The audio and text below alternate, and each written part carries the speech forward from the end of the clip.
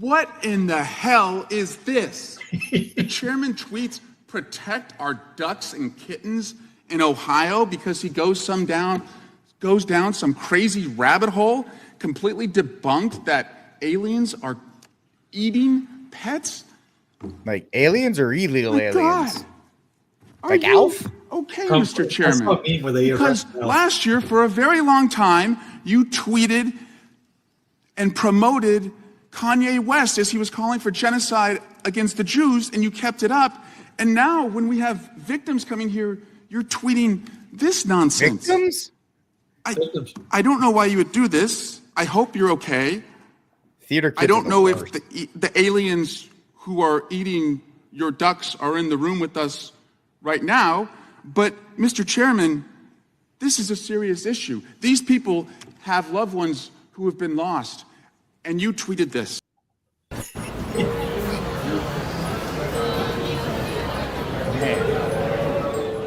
Theater kids are the worst. Folks, welcome. It's the news from the pew. It's the internet, and you are lucky enough to have two distinguished Sherpas in myself and the one and only Steve Cunningham to guide you through it. I hope you are all having a wonderful, wonderful Thursday of this week of glorious debate coverage from everybody and anybody. And, you know, nothing really to see here, just the collapse of Western civilization as we know it. But at least we have memes and air conditioning, so it's good. I'm just glad Congress is having a meme war. They're not doing anything else productive. They might as well argue about memes. They might, better than raising taxes or any other unconstitutional things that they're doing. My bingo card over here. Representative loses it over a meme. Yeah, this is the same guy, Swalwell, who has he may not like cats, but he definitely has a taste for Asian food, and I'm not going to go any further on that. But we'll let that one sit. But I hope if you like what you are hearing right now, and you're just joining us, do me a favor. Hit that like button and subscribe and share the show out. If you're watching us on the X, the Twix X machine, tweet that out, retweet it, and so we can get more people to hang out with us on this wonderful, wonderful September day. It's actually not 1,000 degrees out here in Texas, so it's actually quite manageable. My RV, as you can see, is beautifully lit behind me because it's not sweltering hot. We're expecting a little rain from the hurricane, which by this time, did they say we're supposed to be at like 50 hurricanes right now? Or I think we're about this isn't the 51st. This is just, they said we're going to we're running out of names. Like I think they were going to have to create their identify as pronouns after they get through all the alphabet. But yeah, I think we're only at F. They're just gonna be making it up at this point. So yeah. Maybe Hispanic names, maybe French, Francois, you know. I really do think we should just jump in. Hurricane Jorge would be fantastic at this point, you know, for in the name of diversity. I think that happened last year. Wasn't there Jorge last year? Was there? Oh, I don't pay attention. I lost count. Yeah, I don't really pay attention to these things, which is why I'm not a great cultural Sherpa, but hey, you're on a budget. I get it. So here we go. I'm the best you got. Don't worry. I'll get you up and down the mountain and I'll show you all the dead people on the sides. It goes downhill from here, ladies and gents. I mean, seriously, if you've ever watched any documentary about Everest, it's actually disgusting and terrible, but we'll talk about that later. So big news. Let's just get right into it. Let's dive into it head first into the kiddie pool of culture and politics. The debate on Tuesday night. The debate everybody was looking forward to, the matchup of these colossal intellectual titans, Kamala Harris and Donald Trump, and the fate of this nation was at stake. And it went about as well as you would expect. Play the video. Oh, you want to play a video? Yeah, I just stopped. That plays a video. The dramatic pause. Weak. We've been doing this for like 2 years. Man that you saw at a debate just a few months ago, that if he weren't in that debate, he'd be running instead of her. She got no votes. He got 14 million votes. What you did, you talk about a threat to democracy. He got 14 million votes, and they threw him out of office. And you know what? I'll give you a little secret. He hates her. He can't stand her. But he got 14 million votes. They threw him out. She got 0 votes. And when she ran, she was the first one to leave because she failed. And now she's running. I don't understand it, but I'm okay with it because your time is I up. think we're going to do very well. We've got a lot more. Let's do some fact checking. The endorsement of former Vice President Dick Cheney. Dick Cheney and Satan.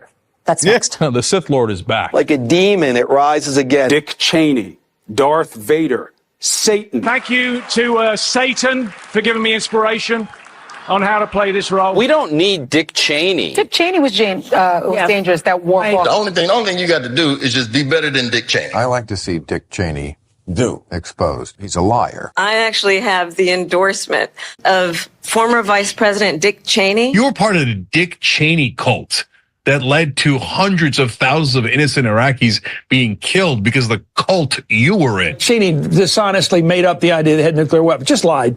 Why do they want these wars? What is it that they don't like somebody because they don't like the look of their face? Irrelevant national embarrassments, Dick Cheney and Liz Cheney. I'm old enough to remember Dick Cheney driving over to the CIA to look over their shoulders to make sure they gave him the intel that he wanted so as to justify the Iraq war. I actually have the endorsement of former Vice President Dick Cheney. No apologies, no regrets from former Vice President Dick Cheney for the harsh CIA interrogation techniques. Under Dick Cheney's tutelage, we got the photographs at Abu Ghraib. The former vice president, at one point, signing a waterboard kit. Cheney, of course, unrepentant. You know what? Go to hell. I want to talk about a man rotten to his very core, which is in itself a tiny black hole from which no joy or light can escape. The ancient Coptics knew this man as Unhotek, the Dark One, the jagged tooth forest demon who steals our children. We know him as former Vice President Dick Cheney. I actually have the endorsement of former Vice President Dick Cheney. That goes on for another 5 minutes. It's fantastic if you haven't seen it. But I mean, it's completely true. Well, it's just, a couple weeks ago, hey, we hate this guy because he's on our side. Whoa, we love the dude. Right? But wait, there's more.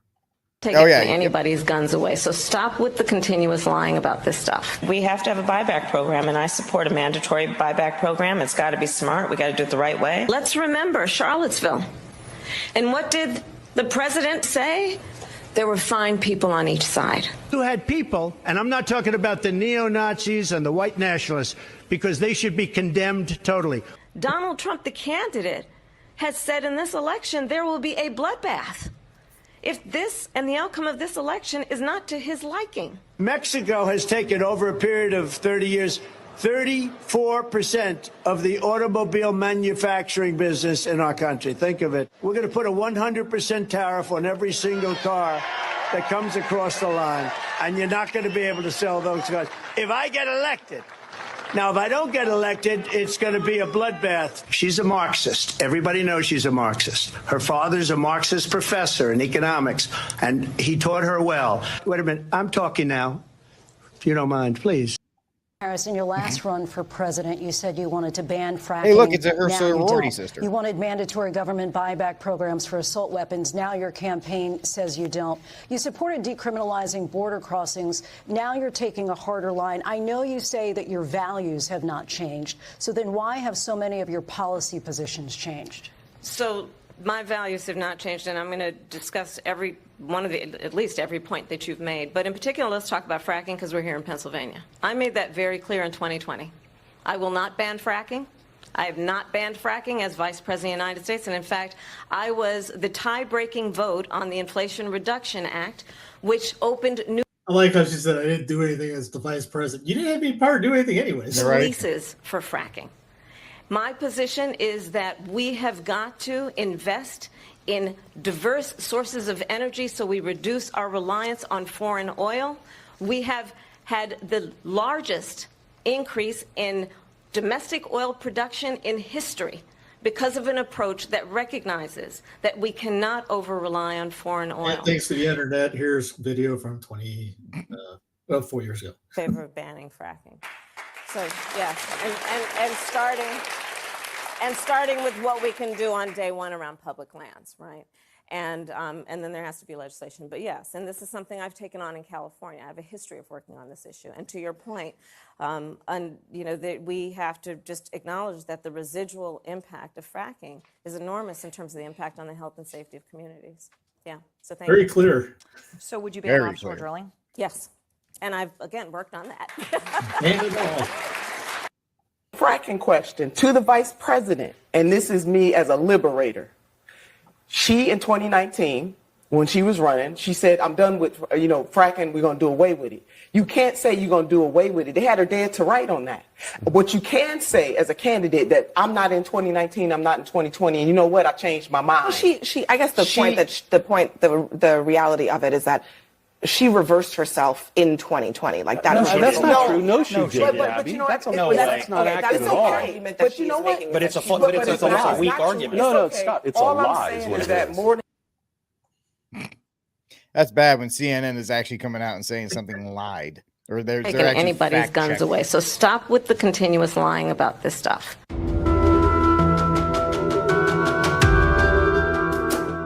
I do believe that we need to do buybacks. I support buybacks. How mandatory is your gun buyback program? It's mandatory. We want to ban assault weapons. We need an assault weapons ban. We need reasonable gun safety laws in this country, starting with universal background checks and a renewal of the assault weapon ban. I'm also in favor of the assault weapons ban, of universal background checks, red flag laws. Congress needs to have the courage to act and renew the assault weapons ban. So it's clear that we must renew the assault weapons ban. Let's have an assault weapons ban. We need an assault weapons ban. Demanding, as we all do, red flag laws, universal background checks, and a renewal of the assault weapons ban. We're saying we need reasonable gun safety laws, including universal background checks, and to your point, Chris, a renewal of the assault weapons ban. It's just the right thing to do. But we still need an assault weapons ban. And yeah, I am radical. I do believe that we need to get radical about what we are doing and take it seriously. Decision. Have created over 800,000 new manufacturing jobs. The Biden-Harris administration did not create 800,000 new manufacturing jobs or anywhere close to that. This claim seems to be parroted directly from Joe Biden's Twitter page, which got slapped with a community note. And that's because while there are roughly 764,000 more people employed in manufacturing now than in 2020, the administration didn't create those jobs. Almost all of them were recovered from pandemic-era layoffs. The most drastic recovery of jobs post-shutdown was actually while Trump was still in office. And you'll notice that when things leveled out and normalized, Biden did still have more manufacturing jobs than Trump had at his peak, but only by 175,000, 4.5 times less than both Harris and Biden claim. Also, still nearly 3 times less than the 462,000 that Trump added in his first year. You could have put vermin supreme in the White House, and those jobs still would have bounced back. And somehow CNN only found one lie that Kamala told. You better follow me here because I'm going to be covering all of them next. Let's talk.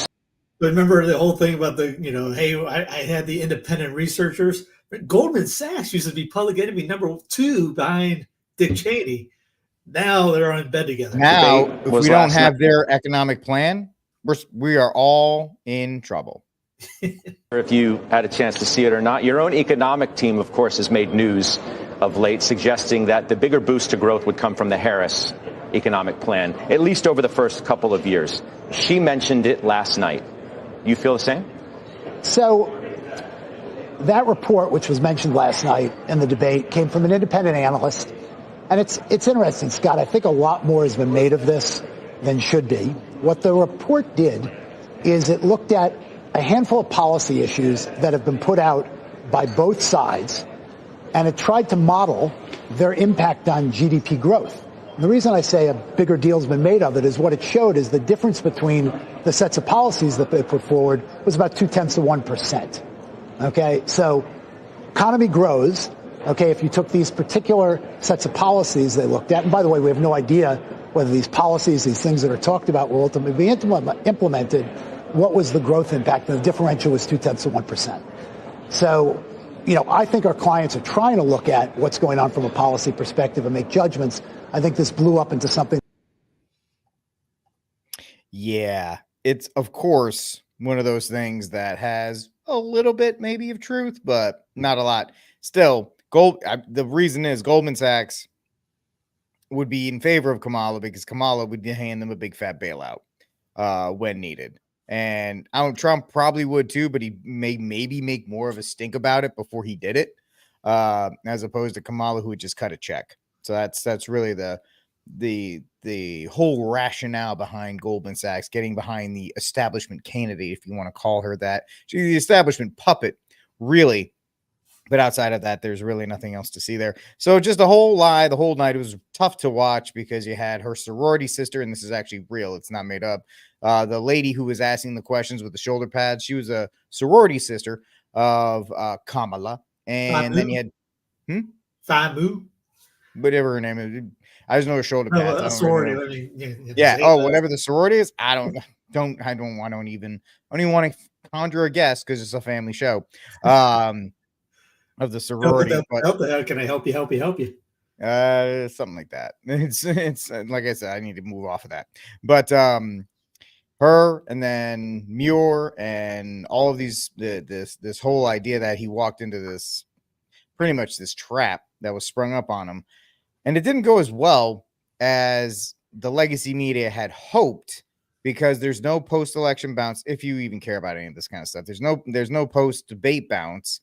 Her team's out there demanding almost at this point a second debate, which really? That there was a statement. I think I have this statement. I am shocked. I had the statement before. Why are you looking for that? I'll play Frank Luntz because he's a dunce, but I don't know if you see this. Kamala won, and does that mean she may now win the election? I think more accurately it said Donald Trump lost. And this is not the worst debate performance I've seen in my career, but it's very close to it. The conversations about people eating dogs and cats, calling the leader of Hungary one of the greatest world leaders, repeatedly missing the opportunity to focus on inflation and affordability, and the complete inability to present his point of view without completely tearing into Joe Biden, into whomever was in his sights. It was a pretty negative performance. I mean, Frank Luntz he's an idiot. He's a dunce. Nobody really, he's a pollster, and I wouldn't really count what he has to say. I can't find it, but she was out there demanding it was on my other laptop. Demanding, Lutz doesn't look good either. He looks really shabby at this point. There's a lot of guys that look like that anymore. Yeah. So, but she's out there. Right. She's out there looking for a second debate because it's already got. The problem is, and we'll talk about Taylor in a second, but the entire debate also got blown off the map because of 9/11 and then the Taylor endorsement. So. And I think they did that on purpose. They did it right before 9/11 because if it was going to be an absolute disaster for it, it was going to move it off the cycle. The problem is it was not bad, so they can't capitalize on it because the next day we're doing 9/11 tributes and all these other things. Obviously, I guess we should do, and it just got wiped off the map. I mean, you're not the DJT 100% disciple, right? Nope, not even Everybody close. knows Pump stock Donnie? No. Where I stand, everyone knows this. I thought he did fine. I mean, there was a couple times where you're going, dude, have some discipline. Because I mean, I remember local news talked about the day before they were mentioning about pregame stuff and saying that Trump's doing what their strategies were. And they said Trump's was supposed to be more straightforward. Notice he kept his head forward a lot. And give him credit on that because she baited him. She was desperately trying to get into an exchange with him. And that was the thing they said on her side. The strategy. This was a couple days, like I said, a couple days before. They said the strategy was for her to get him off his game because she has nothing to run on. What is she going to back up on? She got nothing. And there was a couple times that she baited him with just a little blood in the water, and his pride just jumped all in. Yeah. Like, the rallies thing was the first. Going, dude, and that was during the immigration thing, which shocking. You know, people were going about the moderators. They give them credit. They actually brought the question back. Obviously, because question one was to Kamala. Are we better in 3 years than 4 years ago? And she just went on to think about how she grew up and blah, blah, blah, blah, blah, blah. And you was just sitting there going, this was a yes or no question. Can you get to the original thing? I wish they would have brought that back. Or DJT would have said, I'm waiting for her to answer that question. I would like, can we? Yeah. I don't know why. I know it's different, armchair quarterback, and it's kind of different. You're not in the that position when billions of people are watching. So, but he's better. In his past, he's better than that. But yeah, they brought it back to the immigration thing, which was shocking. Going, how did it's ABC? They left him off the hook, Trump let her off the hook, and they put the hook back in, and he gave a Tulsi moment response to her because he just pretty much took the gloves off on that, beat her to a pulp, and then she wasn't doing this. It's like the game facial expression thing. That's going to backfire on her too because it just doesn't look good. I know she thinks she looks like a girl boss, but the average American's like, what are you doing? Why are you going to be making those faces during sit downs with Putin and all these other kinds of things? You can't do that kind of stuff. You, a rational person, yes. The morons that votes, no. I mean, Dr. Phil had a post debate thing, and he's asking these people, so who'd you think won and why? So he goes, I'm going for Kamala. Why? Because she's a woman. Yeah, blink, blink. I mean, there was another one, the abortion thing. Because that was the only thing Kamala was passionate about was baby killing. Yep. She can't do it on guns. That's it. That was it. She couldn't do immigration. She couldn't do foreign policy. The only thing she could do was attack DJT for anything he could bring up. And then he fact checked himself. He's like, no, if you actually listen, like the bloodbath, 5 seconds later, and a couple seconds later, here, I'm going to do your job, moderators, because that was the only time they fact checked him was during the abortion thing. But outside of him being baited, I thought he did fine. He could have blocked her. He could have gave her a couple more uppercuts. The funny stuff about the Joe going to sleep, wake him up at 4 in the afternoon to get him up. He has some great singers. The run spot run was fantastic as well. The 4 lines, it might as well be run spot run was a fantastic one. That's the thing too. We live in a soundbite environment. He got all the sound bites.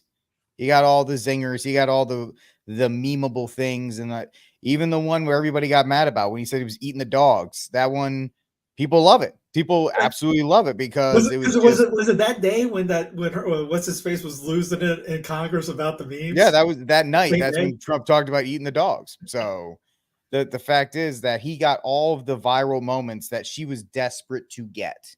She wanted a viral moment. She didn't get it. The only viral moment she has is when she is the faces. People are looking at the faces she makes. And that's like a 50-50 split on that. So, I mean, she kept bringing up there 25. was whoever was prepping her had a smart strategy of you got to just attack his pride. And you'll get him off. You'll get him off base. As soon as he started talking about the rallies, I was like, it's going to be tough for him to get back on there. Because she was ranting and just going all over the place. And when she was doing that, you kind of lose interest. And people can kind of figure, hey, can you focus on the answer, But then she got DJ to do the same thing when he got off point. And again, they're going in with no notes. Obviously, right, you got to come up with something right off the bat. You have practice, but practice fire and live fire are two different fires. You go to a practice, you go to a game, it's two different things. Some people practice great or practice test great, but when it comes to game day or performance on a stage or anything like that, they get choked up. They don't know what to do. And at first, she was stumbling around a lot. I don't know if you noticed that. She tried. She looked like she was trying, but then she couldn't get I don't know if it was nerves or what, but she was stumbling around. Even the quips, she tried to do something that she thought was funny and really was bad. It just came because she wasn't used to it. And he came up with that great line of, Brandon hating her. You got no votes. He was at 14 million votes. She got none, but she's up here. How was this happen? I don't know. So it was easy pickings. That's the thing. This whole thing, it should have been just a throw in the darn towel moment from Rocky. And he let her stick around. I don't know if he was just being kind or, this was just part of the whole drama to keep everyone interested in it. I would have bet before you told me that, I would have thought there would be a cold day in hell before they would have had another debate. If they're asking for another one, what am I? Yeah, I'm trying to find it, but here's the thing.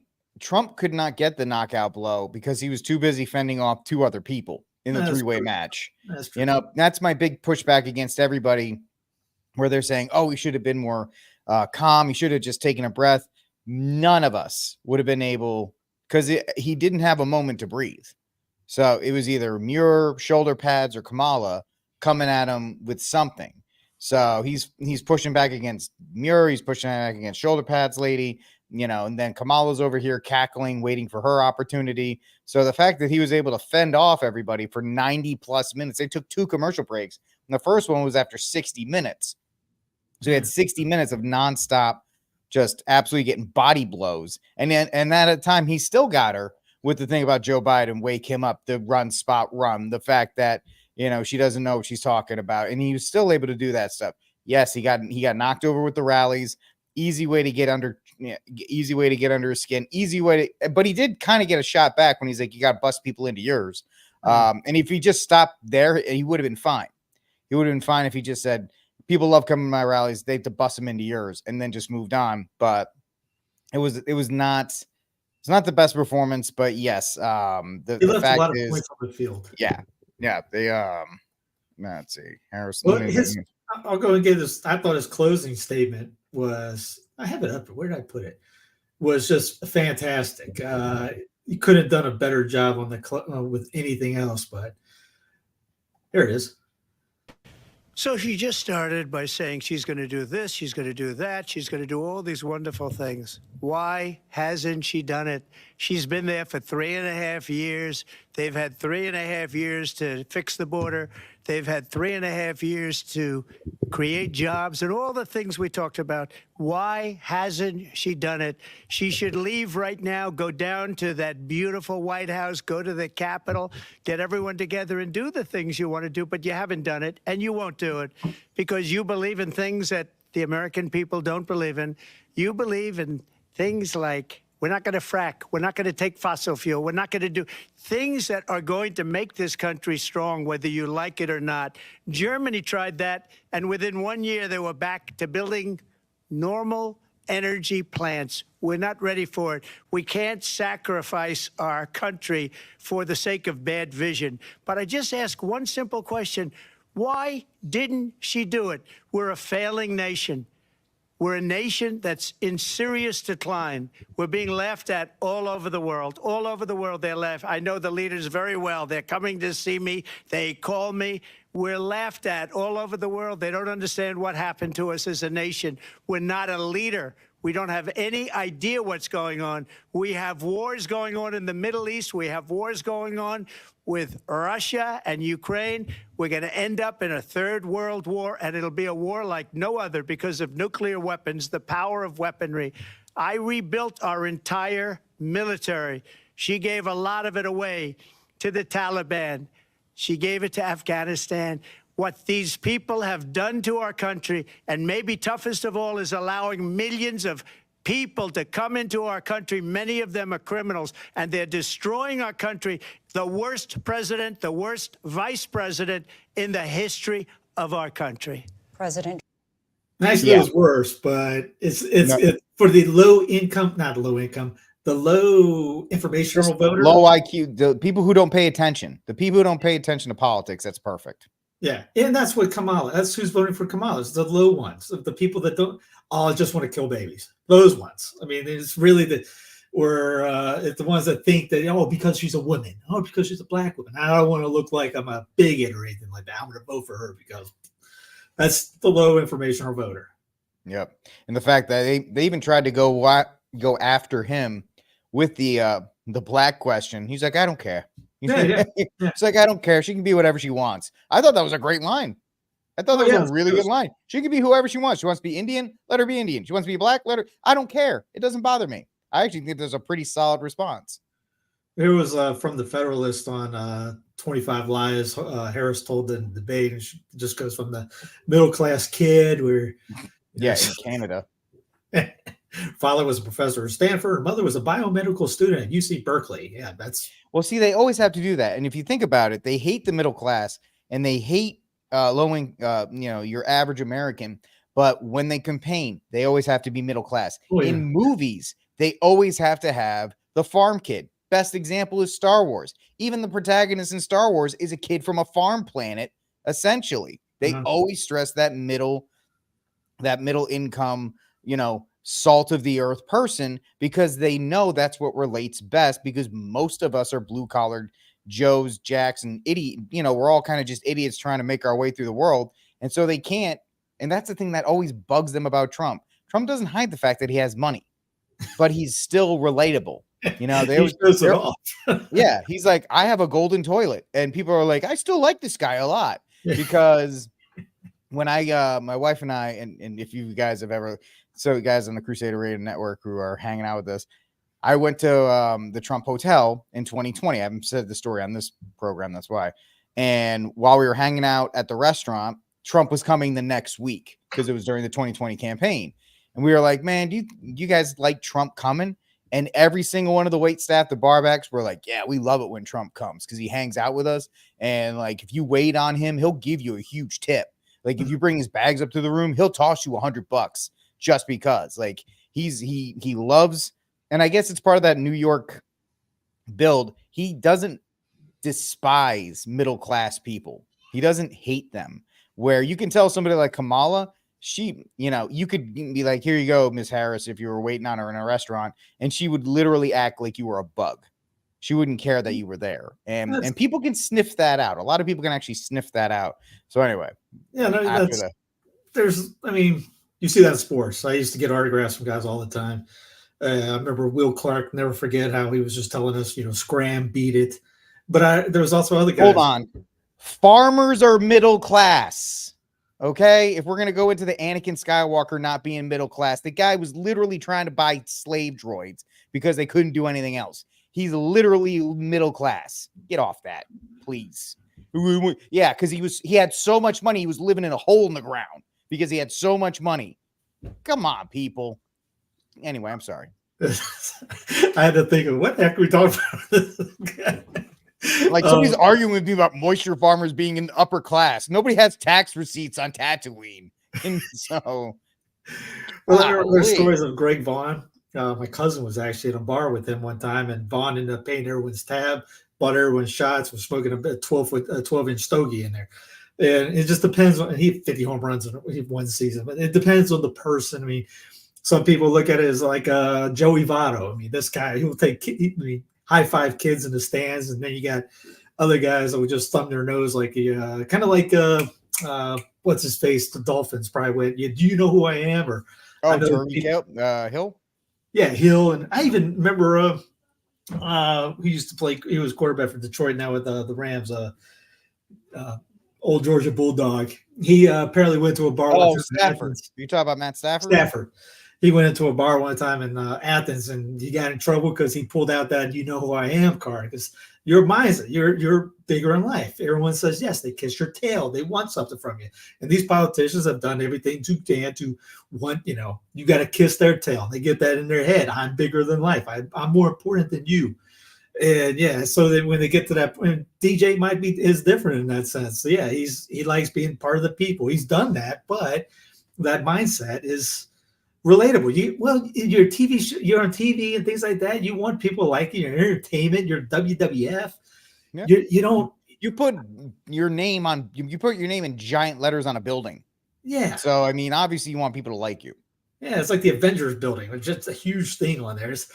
You can't be a prick and be that same. You would be destroyed. You wouldn't make any money on top of that either.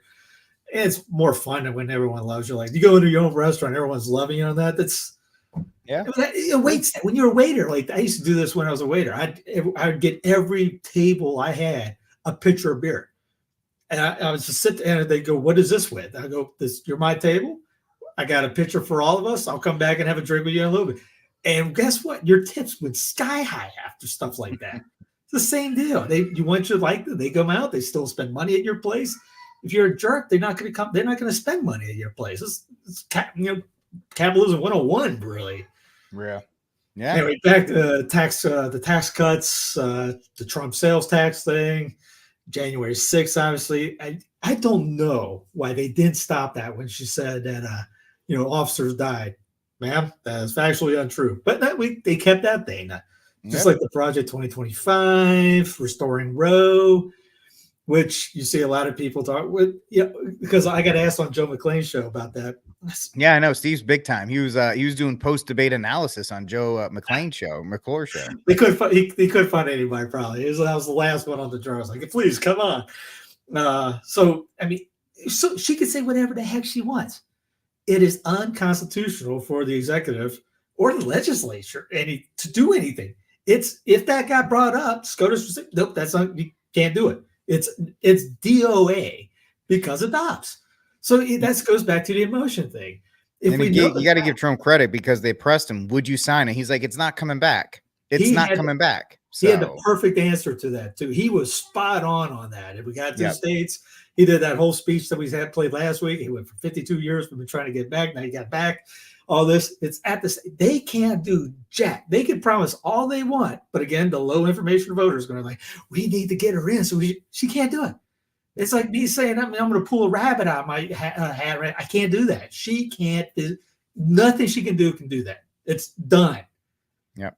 And unless somebody stupid like Lindsey Graham pushes to reinstitution, that would just be the Republicans blowing their own foot off by doing that again. He's, they, like Dr. Paul said, they need that to get votes. They need that for W's so that they can, if they don't have their money, it's money. It keeps the lawyers going. Yeah. But yeah, that was a great response on the Roe question. A lot of people think he didn't answer it well. I think he did. He's like, it's at the states. That's where it needs to be. Everybody wanted it back to the states. I put it back to the states. And, right now, he even acknowledged like there may be some losing right now, but that's what they wanted. And so that's where it needs to be.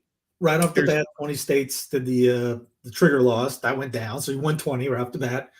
Now you're about to go 14, but that's on Pro-Life Inc. Because like in Colorado, for example, they had a personhood amendment try to go down a few years ago, and Pro-Life Inc. actually sabotaged that. So that would have stopped a lot of this. But now, because of Pro-Life Inc., now we're going to have taxpayer-funded abortion in Colorado. And anybody out there, you guys can talk to people in Colorado.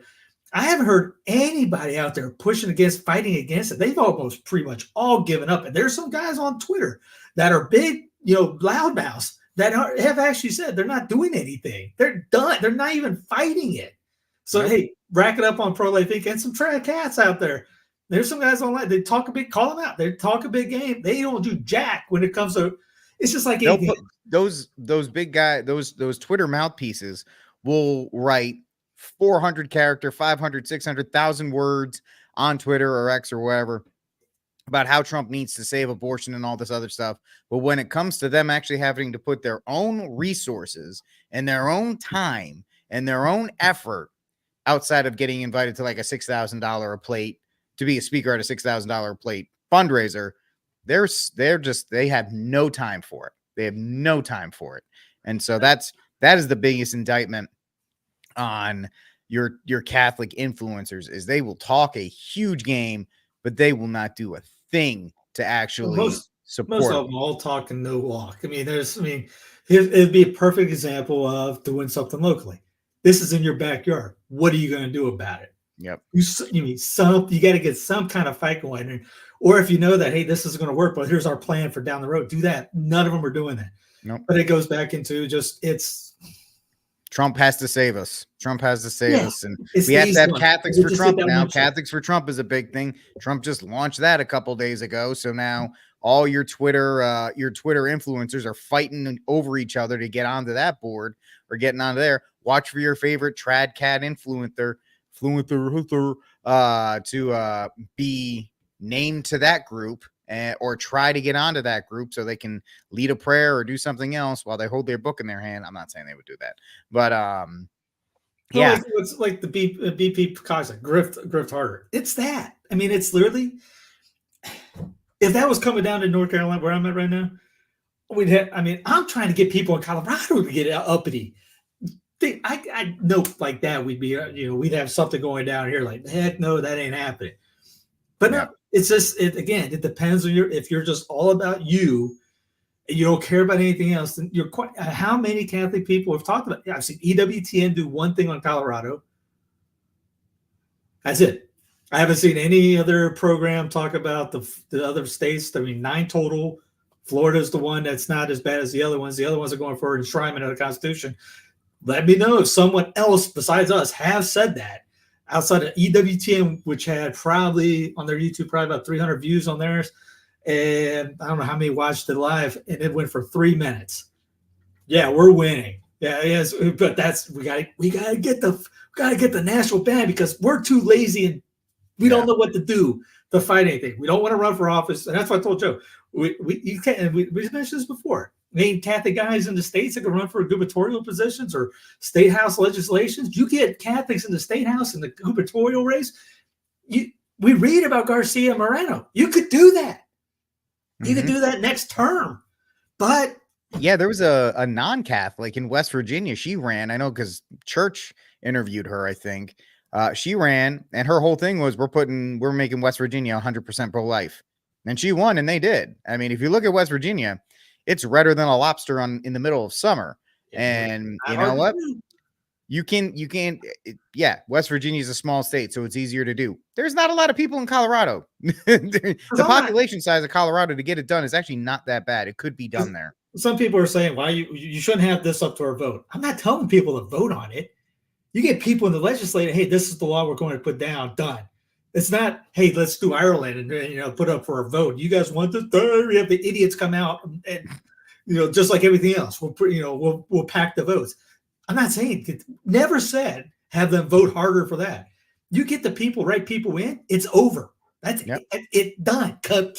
You don't have to have Mrs. Jane Doe and all them getting bussed out to do a vote for say, hey, do we need baby killing? Yes or no? Duh. Get your legislatures in there and let them do it. It's done. Again, gay marriage, abortion, trannies. You go down the list. We don't want to win. I don't think we want to win. We just want to grift harder, complain, yap. We'll get some videos together. I can't believe this is bad. You had the influence to do something about it. Why don't you do it? It's all yap. It is. It's very sad to see how people resign themselves to, well, if we can't get it done in the state at the federal level, what are we doing? Of course, the border bill is something that, we've actually seen here in Texas. There's been a little bit, hasn't been great. We've done a little bit. We've closed off at least one small section of the border. And I mean, the fact that that's still there is huge. It's a little bit of pushback on government interference, but and again, Texas did that. Any state, somebody brought it up about the Rona situation back before. If say Virginia wanted not to let people cross in, they could shut their border down that day. Done. And you know why they can do that? Because during I think you just said this, during COVID, Rhode Island put up checkpoints and they stopped anybody coming from New York coming into the state of Rhode Island. 100%. Yeah. So saying you can't do it, Rhode Islanders were like, nope, you're not coming in. And that was it. And everybody was cool with it. That works for Canadian, that works for Mexican, that works for Nicaraguan, that works for Haitian. If Ohio wanted to, we can get that story. If Ohio wanted to get rid of them, guess what? You could. Yeah. What do you think that National Guard's supposed to do? You're not supposed to protect oil fields in Syria. No. But it was just, here's a fracking, Minnesota riders. But I mean, I don't know how that doesn't get brought up more. Hey, your VP was okay with burning his own city down. It's still on X. It's still on X. Like she can, NATO. There's your global government coming to you. By the way. Oh, by the way, they're thinking about bombing Russia with long missiles. I had a video on that. Let's see where's that at. Yeah, that's right. That's right. Putin weapons. Here we go.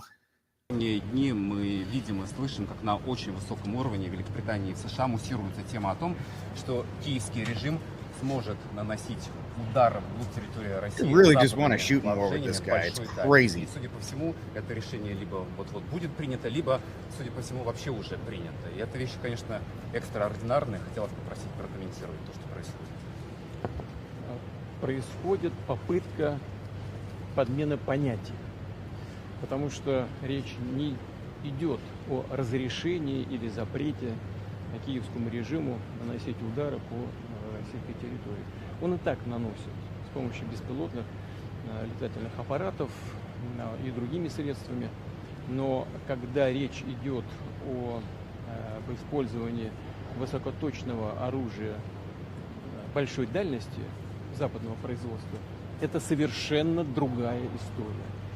Дело в том, что я уже об этом говорил, и любые эксперты это подтвердят и у нас, и на Западе. Наносить удары современными высокоточными системами большой дальности западного производства украинская армия не в состоянии. Она не может этого делать.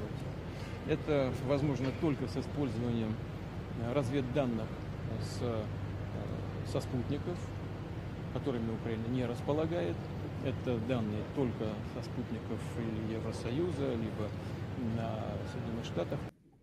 Yeah, it goes on for a little bit, but they're talking about this, and also this just went down earlier. We $700 million more to Ukraine's energy grid, healthcare, education, and other programs. It's the second blank check. Not a huge fan of spending money, but our grid could use a little bit of money. People's healthcare could use a little. The money's getting blown out. Might as well blow it out here.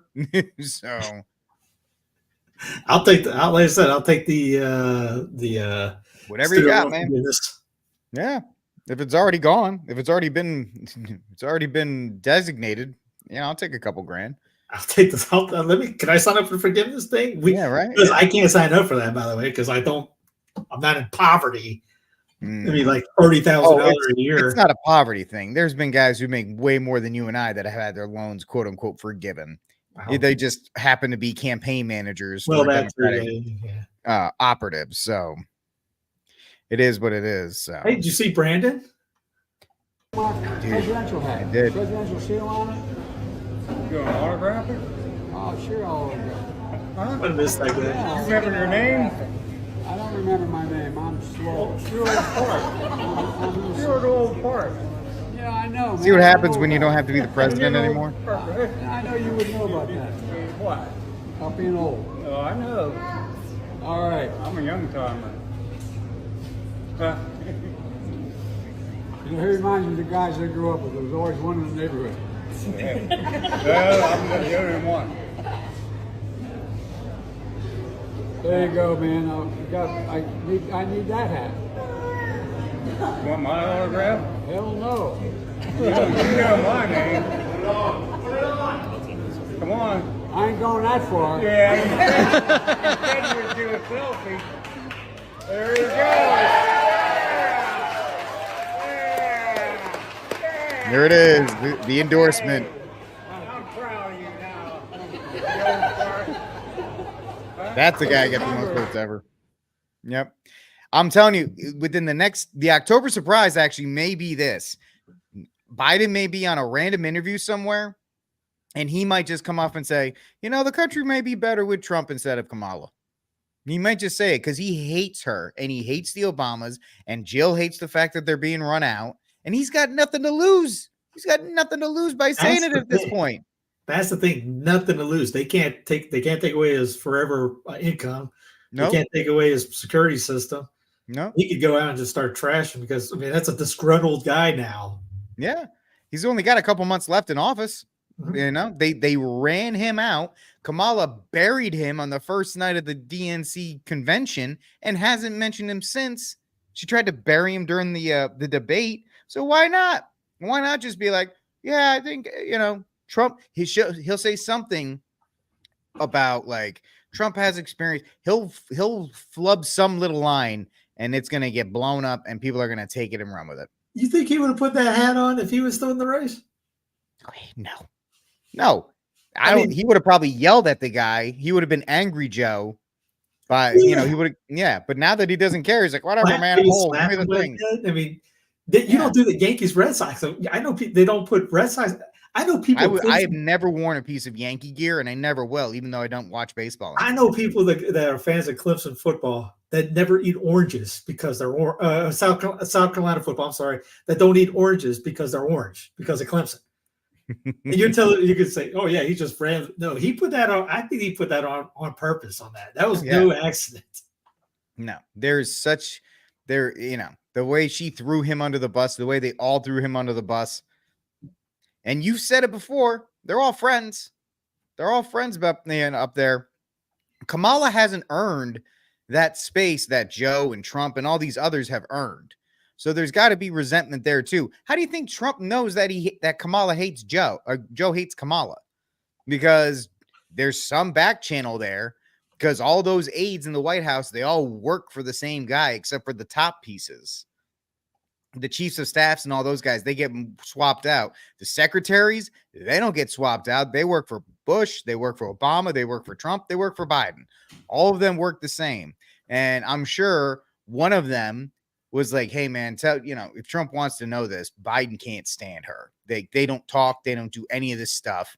And the fact is, she didn't say anything. She didn't say, Joe and I are great friends and we are this, that, and the other thing. And we have a great working relationship, blah, blah, blah. She didn't really fight that argument. If you're really close with somebody, now, if somebody said, Steve and Rick, they don't talk, they hate each other, they just pretend to like each other, I'd be like, A, that's true. But B, we have a great working relationship. Like, I would actually defend that relationship. And the fact that she just let that go, she let that die on the vine. Speaking of your point on they're all friends, this was yesterday.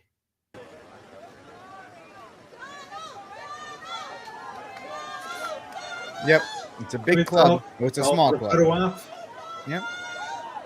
Oh, we're all cool. We're all friends right now because of the gift, the blank check that keeps on giving. Yeah. Yeah. Yep. Now I got to be there. You hate somebody like that, you're not there, or you're on the other side, or you're not smiling for photo ops or things like that. No, you're watching on TV. So that's just a perfect example of the deep state in a Polaroid.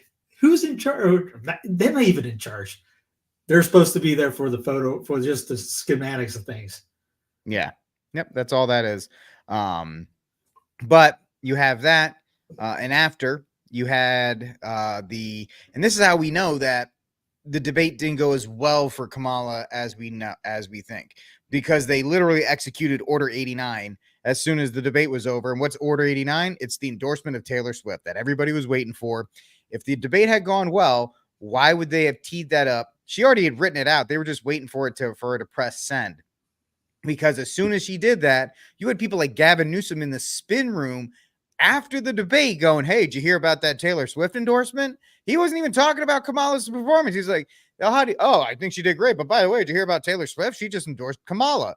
You don't do that if your candidate did a good job. You don't deploy the biggest cat lady asset you have to try and swing that out of the news cycle if you think your candidate did a good job. And so, of course, she came out and everybody was like, all the screams of the millions of, middle-aged, middle management, single women who, I'm sure you've seen this on Instagram or all this stuff where women they spend $400 to go to her concert and then they live stream their ex-boyfriend telling them how much they hate him, which if you're an ex-boyfriend, I don't know why you even take the call, but it's not a huge endorsement. I know people are like, oh, this is huge pop culture wise. 90% of Taylor Swift's, 75% of Taylor Swift's fan base is liberal Democratic women who are going to vote anyway, who are going to vote against. So it's just something. Most people already had their minds made up before that, or probably already voted. They just wanted to see their candidate knock out the other candidate. It's like when you watch an MMA fight or a boxing match. You want to see Mayweather knock out that guy. You wanted to see Conor McGregor break some guy's arm. You weren't like, oh, I want to see which one of these fighters is better. No, you want to be like, all right, I want to see this happen. Or you wanted to see back in the day, you wanted to see Earnhardt run Jeff Gordon into the wall. That's what you wanted to see. You weren't like, I wonder which NASCAR driver is my favorite. You're like, no, Tony Stewart, I want you to go get Jeff Gordon. Or I want Scotty Pippen to dunk on Patrick Ewing. A friend of mine just texted me up, is every Yankee gay because that Abraham Lincoln movie coming up? And I just going to respond back, yeah. I mean, maybe with first of all, it's the whole historical revisionism.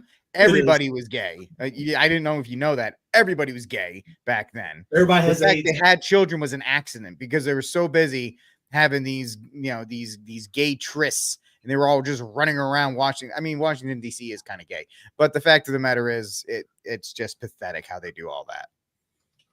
But If anybody doesn't know what we're talking about, if I can find the movie, there's all what they had. But we're gonna also talk about in a second how this effect kind of rippled down with the Taylor Swift thing. But yeah, there's Honest Abe, I guess, cuddling with a dude. As much as you don't like Lincoln, No Lincoln fit. That's historically ignorant, untrue, all that stuff. I mean, he's a bloodthirsty tyrant, but he was no flaming homosexual. Yeah, because when they said when DJT said he's the worst president ever, then actually Abe. I'm going Abe was my number one. Yep. That's that would be much better. But yeah, I don't even want to talk about that. I think it's an anti-Southern movie too. Shocking that an anti-Southern movie is going to be like, oh yeah, by the way, Lincoln, total fag, total. I think there's more to it than just the LGBT thing. I think it's going after us again. But yeah, wouldn't be shocked in that regard. But so back to the because there is something we're going with the Taylor Swift thing. Caitlin Clark, which we've all, I've admitted I'm a big fan of hers. I think she's great. Catholic girl, all that kind of stuff. She liked the Taylor Swift thing. And so everybody, of course, poor Caitlin Clark's just a 22-year-old girl who happens to be an excellent basketball player.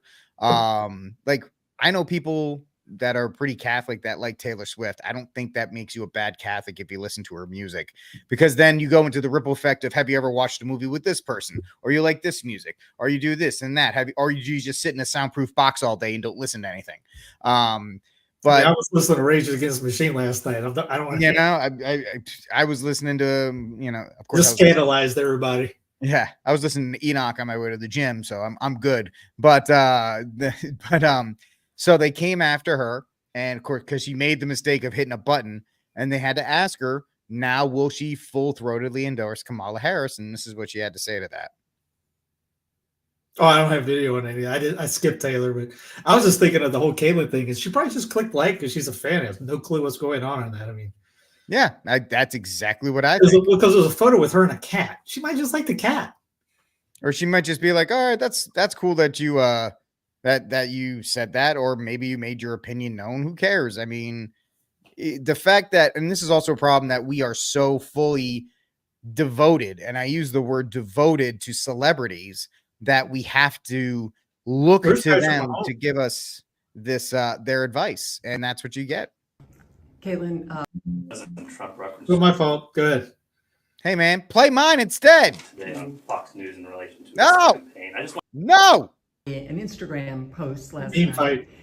That's right. Swift that got a lot of attention, and I'm just curious if you could tell us what that post meant to you, and if you are in fact potentially going to endorse Kamala Harris. Thank you. I think for myself is, I have this amazing platform, so I think the biggest thing would be just encourage people to register to vote. I think for myself, this is the second time I can vote in an election. At age 22, I could vote when I was 18. So I think do that. That's the biggest thing I can do with the platform that I have. And that's the same thing Taylor did. And I think continue to educate yourself with the candidates that we have, the policies that they're supporting. I think that's the biggest thing you can do. And that's what I would recommend to every single person that has that opportunity in our country. So, of course, that wasn't the answer they wanted.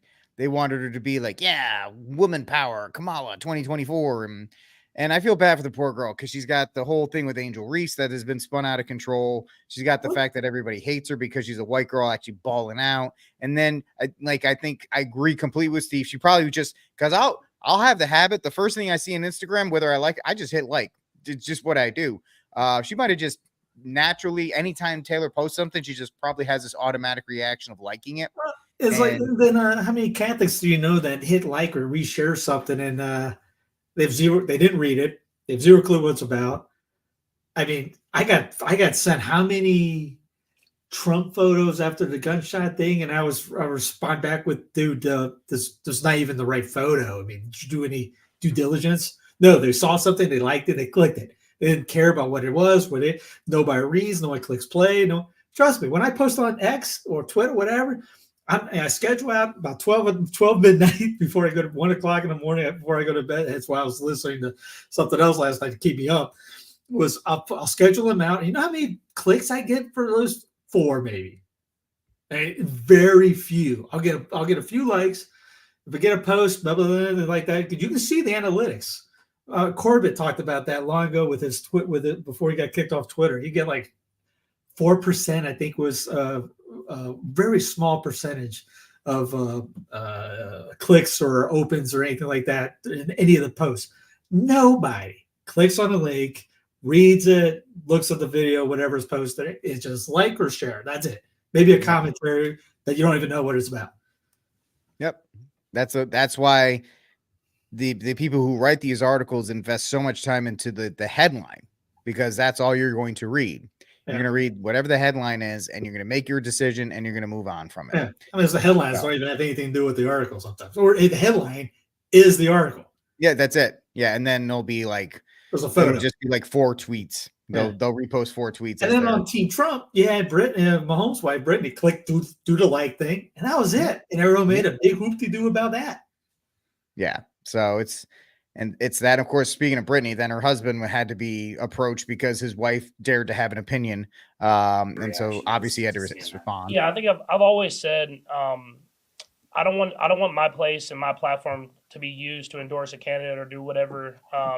Either way, I think my place is to inform people to get registered to vote. It's to inform people to do their own research and then make their best decision for them and their family. And so I think that's every time I'm on this stage and I get asked these questions, I'm going to refer back to that because I think that's what makes America so great. I think it was important, though. I don't know if important is the right word, but when you were at the U.S. Open this past weekend and you guys were there with Taylor and Travis, I mean, is that an important image to show that, people who may have different philosophies can? Yeah, I mean, I think I've always, even dating back, I think if you've seen my history, I've grown up with people from every aspect of life and every background. And I think the best thing about a football locker room and kind of how I've grown up in baseball locker rooms, everything about that is people can come together and achieve something and achieve a common goal.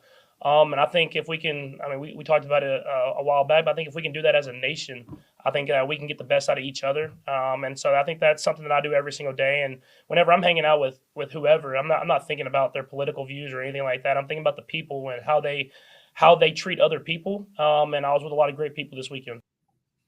Yeah. I mean, great response. Just push it off the page and be like, listen, I throw a football for a living. Can you just ask somebody else about that? I'll tell you about the nickel defense I got to throw against this week, but I don't care about that. A restaurant, no one looks at the waitress going, by the way, are you gay? Are you straight? Do you vote for Trump? Yeah, right. Oh, I'm not going to serve you. I want someone else. Gone is the days. It's called team party politics. Gone are the days of looking at each other as made in the image and likeness of Christ. Now you're the enemy. It's centralism. It's all that polarization of centralism right there. You're evil because you're on the wrong team. Mm-hmm. That guy's evil because they're on the wrong. Rachel Maddow, we brought up last night, right? Rachel Maddow will tell you who to hate. Rush Limbaugh would tell you who they hate. Could be your neighbor because they could down the street might be somebody has the other guy's sign up, no matter what sign.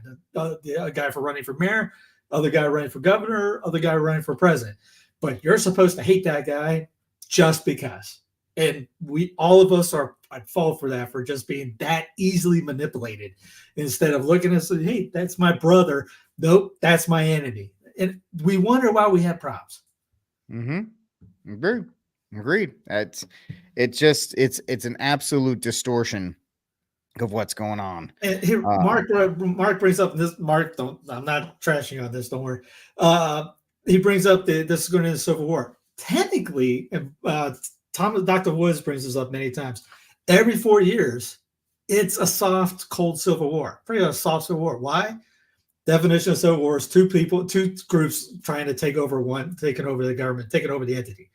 So that's why the Civil War that you read about Lincoln was not actually that, because the South established new government was like, hey, just leave us alone. They weren't fighting they weren't fighting over the same government. Yeah, if there was a real Civil War, they would have tried to fight to take over DC. They were so into it. They were so wanted a peaceful thing that they set up shop down the street from DC across the border. Like, we're right here. Just leave us alone. Before they could have, if it really was a Civil War, they could have taken DC within the first couple months, and they could have run. because they had the Union on the run. Yeah, they invade the North so for that one time. Mhm. And anyway, every 4 years, you have what? Two teams fighting over the same thing every four. You technically have a civil war every 4 years in U.S. politics, especially in the centralized level, federal level, because of that. Both entities are fighting to control it, and whoever wins, you're pretty much the other team is going to be hammered down. And then the next one, 4 year, two teams working for that same thing. You already got a civil war. Yeah. I don't want a hard transition, but we kind of do. We kind of have to because we're already hour into it. We still got a couple other topics to get to.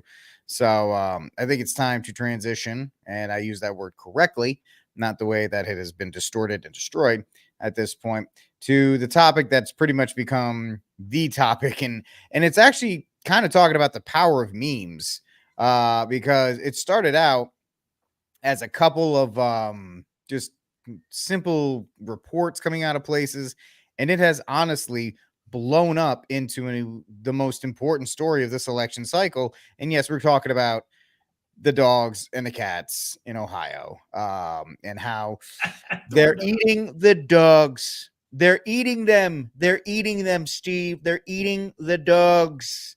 And it's actually kind of crazy how, though, you have to talk about the fact that make fun of memes all you want. There's some old timers that hate them. They just can't stand them. Guess what? Without memes, nobody talks about this Haitian story, because then you had the Trump memes and all this other kind of stuff, which were the AI stuff where he was running from them and all this, like, fantastic things. And somebody brought back the old Dumb and Dumber line when you saw that, when he was like, we got no food, no jobs, our pets' heads are falling off. Just Ghostbusters earlier, cats and dogs living together. Yep. It's kind of this thing where this is what happens when you give the feds control of immigration. They're flying in Haitians and all these others, whoever it is, Venezuelans who have taken over an El Paso hotel, by the way. Everybody talks tough about Texas. There's a hotel in El Paso, or a motel in El Paso, that's been taken over by the same Venezuelan gang that took over the one in Aurora. There's the shootouts between black gang members in Chicago and this Venezuelan gang. This is a total controlled demolition. And the reason you have this controlled demolition, folks, is because of modernity in America with, the sexual revolution. This is another fallout of the sexual revolution nobody wants to talk about. What do you mean, Rick? Sexual revolution, birth control. Birth control means less kids. Less kids mean we have less of a population. Oh, well, we have to, quote unquote, import all these people to prop up the Social Security system. That's why. And Catholic Charities, who you and I have been calling out for at least 2 years, is finally being pointed to as a huge culprit in this, because they have been implicit. And I will give female Kansas City Royal fan from Nebraska, by the way, thank you for the huge name title that we got to read, credit.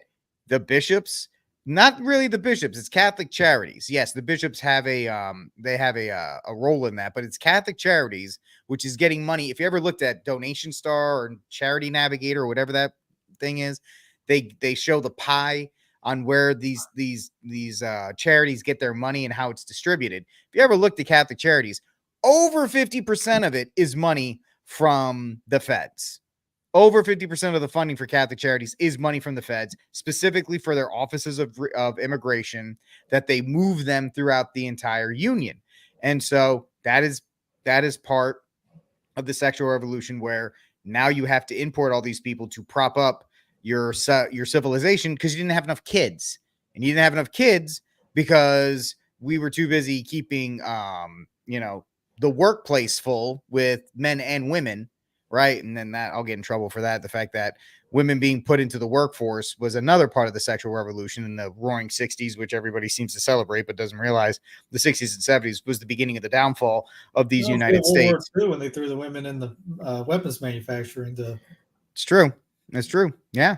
And so now you have the Haitian story or the Venezuelan story, or any of the migrant stories, are a direct result of all of this. a direct result of all of these things. Nobody wants to admit that. Until you admit that, we're never going to get anywhere on that. Yeah, there's a Really Graceful did a great video. If you don't know it, look her up.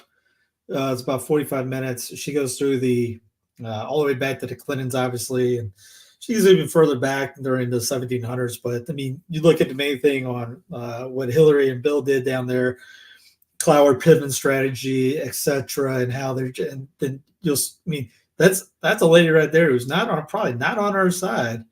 No. And here's a guy. Before we got the show going, I found him in. The homeless problem. I don't know of a single homeless Haitian in this town because they all got vouchers. But I can show you a whole bunch of people that have been displaced because I'm that guy. Rob, for 25 years, I've worked with the homeless in this community. A lot of people don't know because I'm not the guy out there blowing the horn because it ain't about me. It's the Jesus in me that goes out there and does it. Trust me, there's days I'm tired, but I'll get into homeless camps that nobody in a suit and tie will walk into. None. By the way, if anybody's thinking, I know it's on your mind. That is a fantastic mustache. They trust me because I've never let them down. Yeah, it's a pretty epic. And guys, if you don't think it's here right now, in October, we are getting ready to hit a wall here.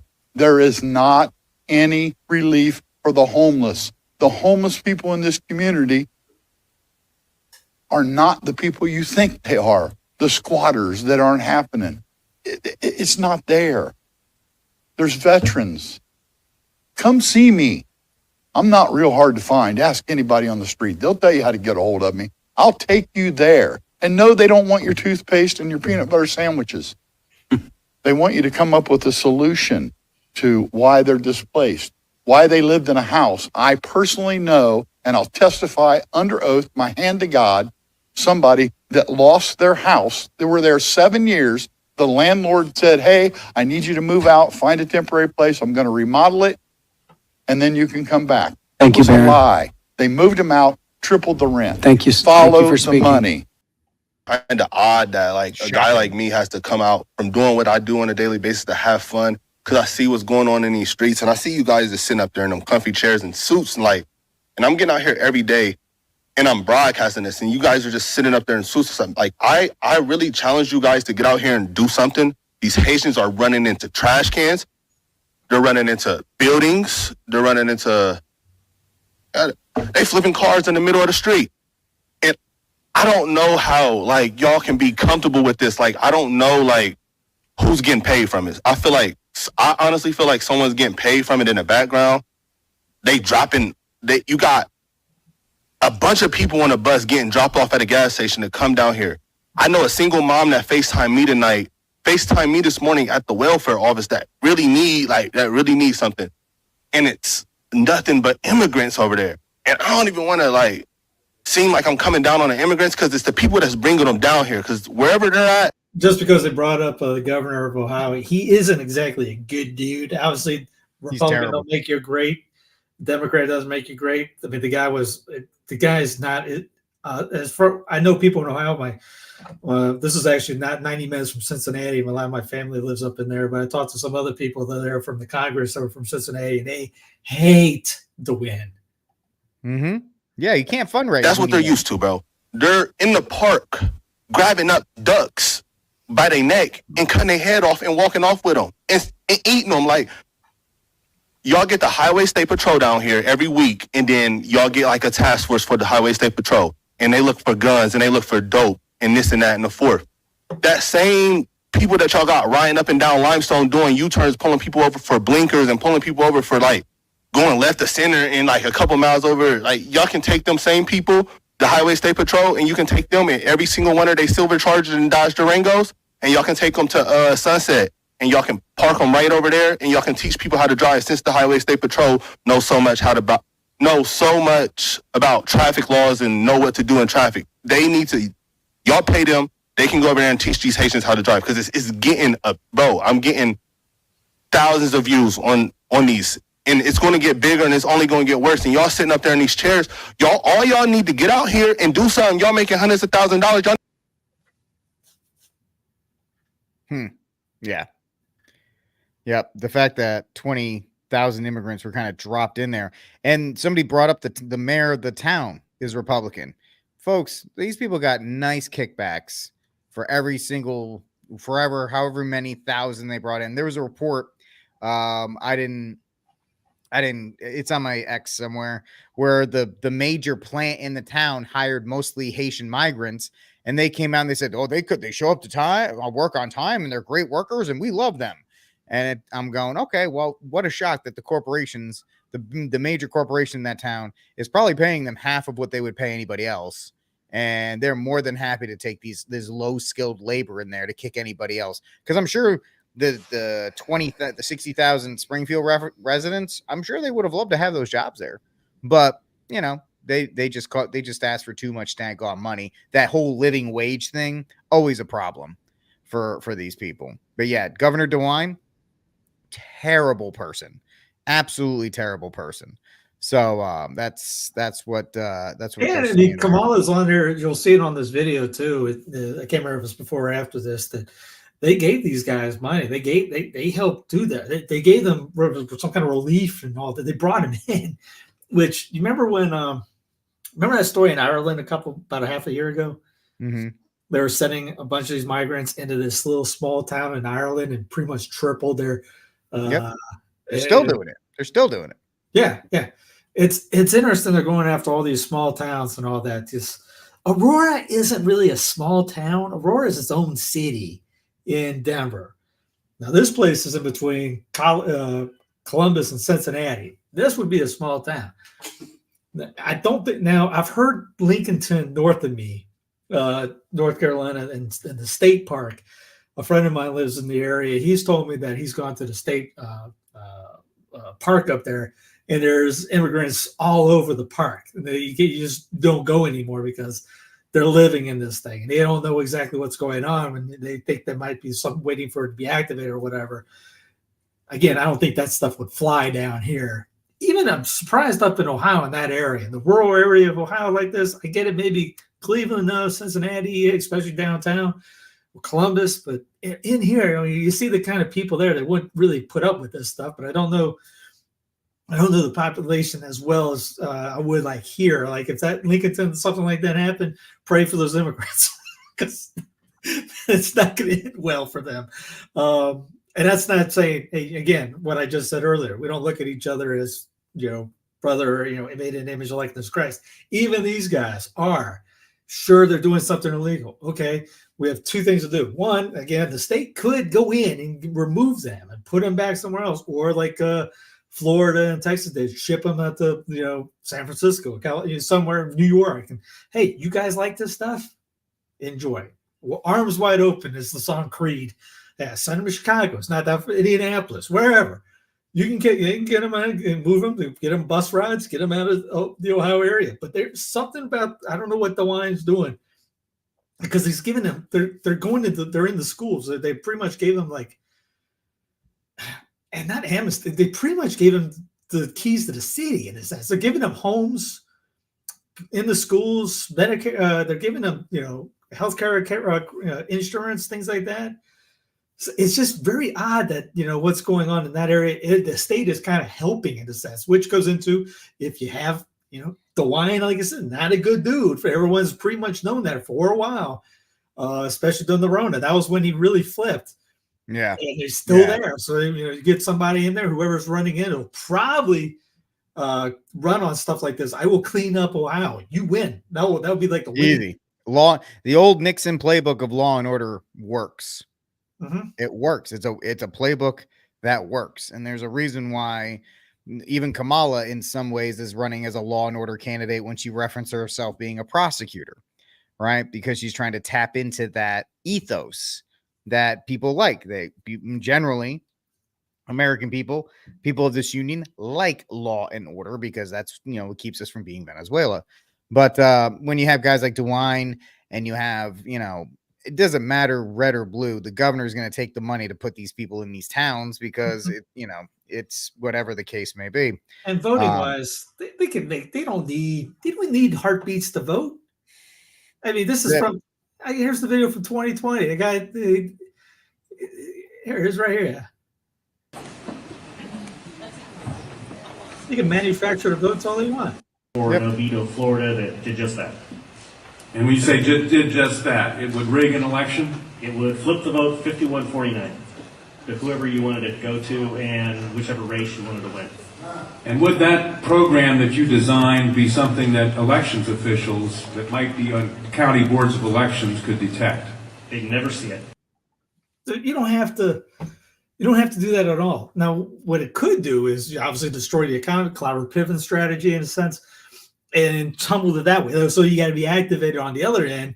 All right, defend your homeland. You have literally people infiltrating. This goes back to your country, your homeland, your patria. Because people in like here, I'm in North Carolina.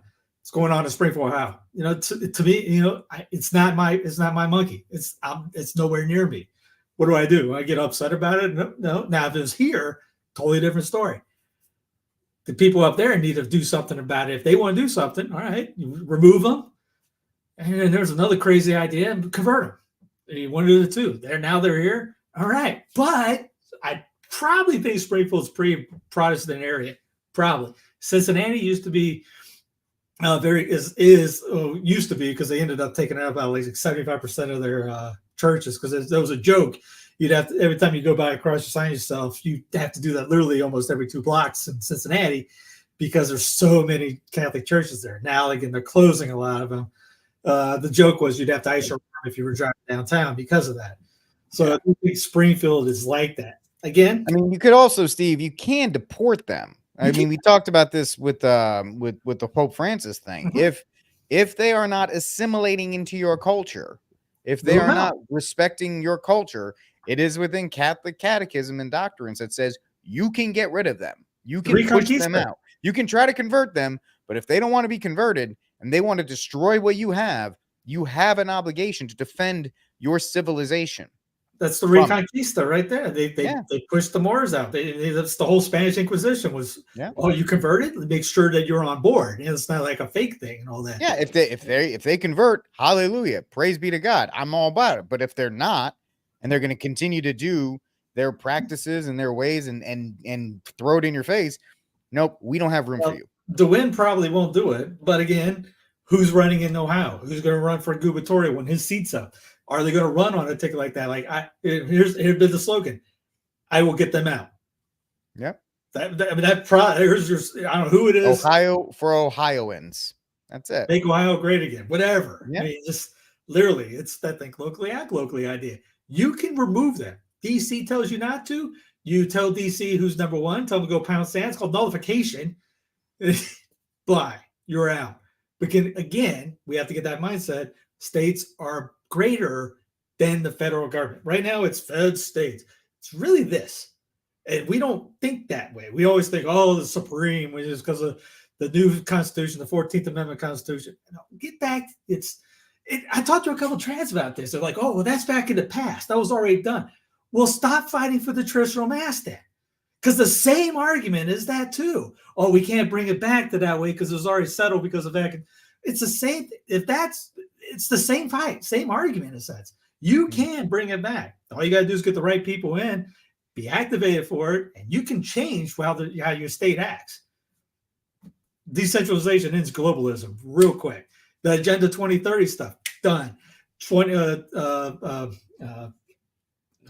I just went stupid. The Great Reset. Ended. Because yes, that is part of it. You own nothing and be happy and destroy the leadership of the United States. Again, you don't have to just decentralize. A lot of that's gone. That was one of the big things everybody loved DeSantis about. He was on the cutting edge for a while. No CBDC. We're not going to do any of this. We're not going to do any of that down here in Florida. We're going to he was on the right track, and then he flamed out pretty quickly in the presidential debate. And now you have Thomas Massey. I saw you repost that earlier. Yeah. I mean, they're talking about the WHO again. States can say, no, thank you. You're done. We're out. We're not doing that. And, yes. And he was right. Feds take it, until, the feds give money. You have to have people in there with discipline and fortitude not to take the money. And it's just like, well, DeSantis, he took money let me get the, we got immersion down here. No, stop, cut it off. Until they can have that, until that way, you're going to get some people who hate you for taking that Band-Aid off, but it's got to be done. I agree. I absolutely agree on that. It's something. It's until that step is taken, you're going to be in the same position that you are not right now. That's just how it is. On the ground in Springfield as well, got their stories. Maybe they changed their tune about Haitians eating pets or creating problems and chaos. Here's another firsthand account from, you guessed it, Springfield, Ohio. Listen to this. We've lost a whole bunch of cats. There was a van pulled over that had over 100 cats in it with the Haitians. They said they was eating them. Actually? Yeah. Not fake news. Not fake news. So a van was collecting cats and eating them. I watched it happen, yeah. Watched them get pulled over with the cats and admit to the police that they was eating them. You're not joshing with. By the way, and on top of that, Haiti was pretty much formed because of slaves.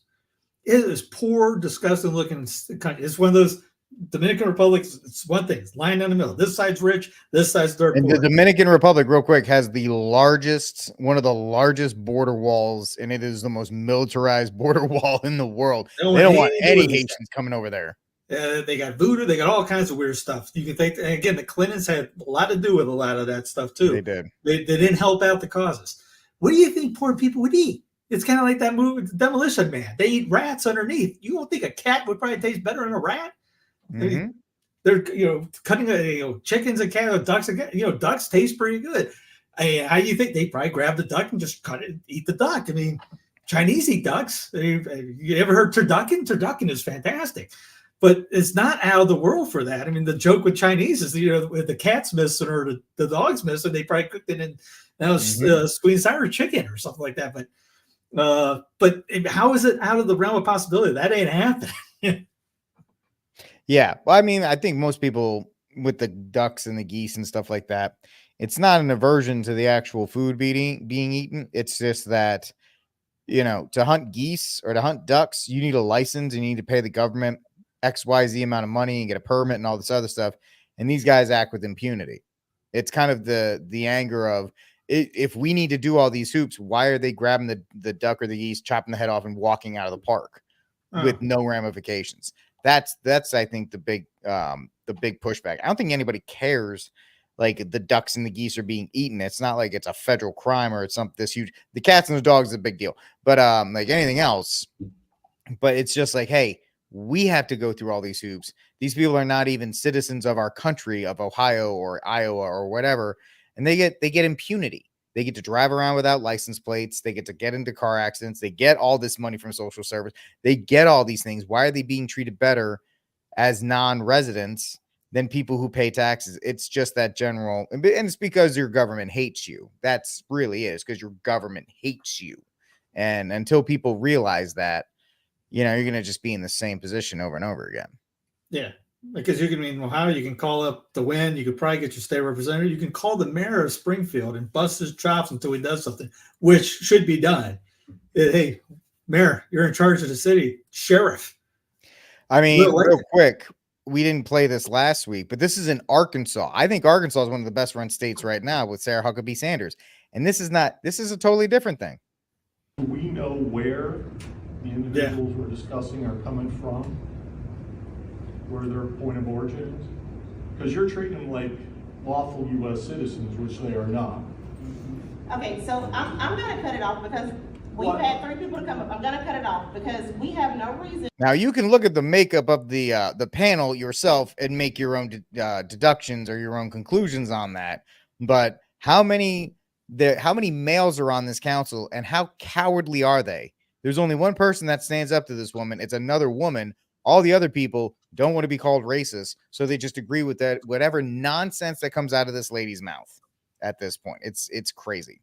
Again, we have no reason to launch an investigation or to treat people differently because of how they look. There's no reason for it. Who said that? Well, that's just what I'm saying. I just said that. Tiffany just said that. Okay, so I didn't say that. But I said it. But there's no There's no reason for us to discuss this any further in These this individuals meeting. came from Haiti. Are valid concerns that we need to have. Valid concerns, Laura. People come here all the time. We These visit people came here Birmingham. from We Haiti. visit Haiti is a Oh, failed sorry, state. Alabama. Their president was assassinated in 2021. There is no way the State Department can vet these We're individuals. done, and I'm gonna ask this to. Please let him talk. You had a shut chance. up I was and let very people specific. talk. Okay, I'm gonna ask all of you to leave because this meeting is over. If having no other further business, I need a motion to adjourn. All right, second. You have all the cowardly guys on that, all the males on that panel. Okay, I'm sorry. Yeah, they kind of cowered to her. Don't want to hear the truth.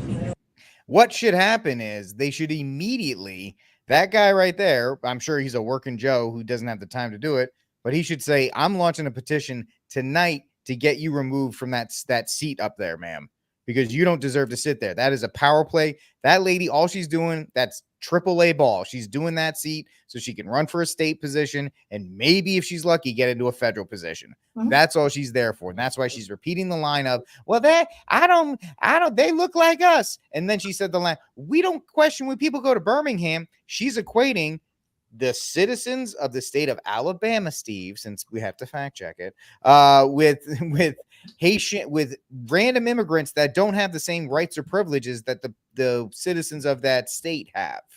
And that's how they look at it. She's like, well, you're racist because, you know, you look at the color of their skin. That guy had a valid argument. Haiti is an absolute mess. Nobody knows where these people are coming from. So what the solution is, somebody in that crowd needs to go, I'm launching a petition to have you removed tonight, and we're going to have an election to get rid of you. That's what needs to happen at the local level instead of complaining about it. But you know, it's happening all over, guys. That's that's that big issue there. 100%, yeah. And you notice the people in there, all old. Mm-hmm. So where's the young people that they say that it was, but well, it depends what time it's scheduled to. You might not be able to get off work, but people at work should be able to. Hey, we're going to get the whole company. It's up to the boss. This is affecting our home. We're all going down there. Mm-hmm. But yeah, no one and has that whole thing is just one of these issues that everyone wants to complain about, but nobody wants to actually put in the work to fix and to do it, because everybody wants to be an influencer, Steve. Everybody wants to be a right-wing influencer. So go to college, get an influencer. Yeah. But yeah, no, you break up, you say, bye. Nope, we're doing it this way. Nullification is marriage counseling. Secession is outright divorce. You say, hey, no, we're taking care of our own state. You are a sovereign, independent state, as the Declaration says, and the Paris Treaty of Paris has brought up. In sovereign state to do whatever you need, protect your border. Again, that mindset. What is the border? No, the border isn't, if you're in Tennessee, Texas border. No, your border is what borders Tennessee. By the way, if you want to know what decentralization works, Tennessee broke away from North Carolina. Kentucky broke away from Virginia because it got too big. I mean, West Virginia was forced away from Virginia. It's the Lincoln secession movement, and that he split it up, but it got too big, and they broke up the landmass. It's way too big. It wasn't 4 million people. Alabama is 4 million people living in Alabama. 4 million people back in the 1780s lived in the entire United States of America. It's out of scale. You can't govern that big of a land. You got to be able to, you got to break it up. If you want to stay in the freaking union, fine. Break up the states into smaller entities and, regain your sovereignty. Because again, North Carolina is kind of too big. South Carolina is too big. Georgia, New York is way too big. Population, California, way too big. Texas, way too big. Way too big. It's the only way. Be at least 5. It should be at least 5 other states. Because if you don't, then you will get socialist communism, all that stuff. If you can get that at lower levels too. Yes, of course. But it's very more prevalent, especially when you don't have representation for it, because you don't have anybody up there. The scale is out of whack. You have no representation. Your voice is not heard, and then you can just go whatever happens, and you can't stop it. Yep, I agree. Once again, hard segue into our last. Real quick, we're going to touch on this. this article piece from Vanity Fair, and Steve and I have talked about this a lot. We're one of the first one. We've been the only ones talking about Catholic influencers, really in regards to Pro-Life Inc. We've been talking about that, really how they all want to be Candace Owens, or they all want to be Russell Brand, or how we joke that every time one of these people convert, all these guys on all of our right-wing all our Catholic influencers are on the phone begging for these people to be on their show so they can get likes and clicks and retweets as well. So it's very interesting. I can't see the highlight if you want to tell them what you're highlighting. That's it. I keep bringing up Peter Thiel. They at least brought up that the Christian Prayer app that Russell Brand promotes and others, run by Peter Mike Thiel. Wahlberg. Halo. Mike Wahlberg. I'm Mike Halo. Wahlberg. Matt Fradd, all those guys, that's Peter Thiel that's behind that. Yep. And no, I'm not bitter because they reached out to me long ago. They never reached back out to me. I don't care. I like working on my own anyways. They don't even know who I am. So I can't get mad about that. they don't know I exist. So that's fine. I just thought it was funny, but they brought up Peter Thiel. And no other Catholic. No, you're not going to hear Peter Thiel on other Catholic shows. You hear it on here. Yep. So that's it. Yep. I mean, as we'll say it again, whatever you think about JD Vance, he is owned by Peter Thiel. Peter Thiel groomed him for whatever you want. He groomed him for political office. Now, I have a feeling that Peter Thiel wanted him to be more on the Democratic side because he tried to get a movie out and did all this other kind of stuff. He was embedded in liberal Hollywood before they rejected him, and he was like, MAGA. And now he's the vice presidential nominee. Remember this one? We talked about this. March 19th, they're in Catholics for Catholics hosted $1,000 a plate rosary prayer dinner at Trump's Mar-a-Lago resort. Mm-hmm. Yeah, that's because they're the people there, right? Yeah, they're concerned about the pro-life issue. $1,000 a plate. That better be some good cat. It's the finest cat. Don't worry about it. It's hairless, so you won't be worried about it. But yeah, it goes. The article goes into stuff like Russell Brand converting, Shia LaBeouf. Obviously, Owens was the leading thing. And it brings up all kinds of things that happened recently, from the Mar-a-Lago thing to the shooting. They bring up the read the segment right here. Trump's messianic mythos was only reinforced when he survived the assassination attempt at one of his rallies this June. Some Catholic supporters dipped in numerology, noting that the time Trump was shot corresponded to a scripture verse about putting the full armor of God. You saw that endlessly because automatically that was 619. Gross. It's because somebody else died, folks. As Steve likes to mention, somebody else died that day. So. And it goes with memes about divine intervention, flooded Catholic Church, which I got in arguments with other Catholic influencers about going, you better hope that he comes out as freaking amazing, because if you say this divine intervention, he goes out and just murders a bunch of people with more drone bombs or things like that. You're going to have to fess up to a lot of things. Like, oh, yeah, just divine intervention. Blue-eyed Mary flicking the shooter's bullet off his course. You saw that one, which the AI meme. Catholics for Catholics declared that the campaign they launched in June to have 2024 masses set for Trump before Election Day could be the reason the shooter failed. Again, why aren't there That's great. You had masses for DJT. You didn't do it for Brandon. You're not doing it for your governor. You're not doing it for anybody. It's something weird about that. I don't get it. Commissioned billboard near site bearing images of both the bloody Trump and St. Michael the Archangel, beseeching the angel to defend us in battle.